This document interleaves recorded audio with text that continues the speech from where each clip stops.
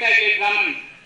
અહીં આપણા સમાજમાં ઘણા એવા વ્યક્તિઓ થઈ ગયા છે જેમને આપણા સમાજ માટે ઘણું બલિદાન કર્યું છે, તો આપણે આજ એમને અનુસરીને એમના સંસ્કારોને યાદ રાખીને કંઈક નવું કરવું જોઈએ.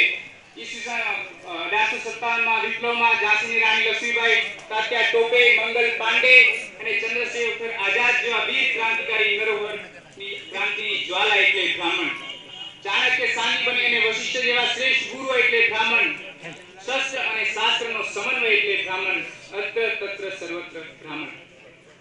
બીજી વાત મિત્રો, આજનો આધુનિક યુગમાં ઘેરાયેલો આ સમાજ અને તેમાં પણ સોશિયલ મીડિયાથી ઘેરાયેલા આ તમામ યુવાન મિત્રો, તેમના આદર્શ એવા સ્વામી વિવેકાનંદના હું હજી વાક્ય યાદ કરાવું કે ઉઠો જાગો અને ધ્યેય પ્રાપ્તિ સુધી મંડ્યા રહો. પરંતુ આજની સમાજની વિડંબના એ છે કે આજના આ સુતેલા સમાજને ઉઠાવે કોણ, તેમને પોતાના જીવનનું ધ્યેય બતાવે કોણ, એ પ્રાપ્ત કરવું ખૂબ દૂરની વાત છે. 17મી સદીના એક મહાન વિચારક અને વૈજ્ઞાનિક બેન્જામિન ફ્રેન્કલિનનું એક વાક્ય યાદ કરાવું. There will be lot of time to sleep after death. Life is for living. મિત્રો, તમારી પાસે પુષ્કળ સમય છે આરામ કરવા માટે અને સૂવા માટે, પરંતુ મૃત્યુ પછી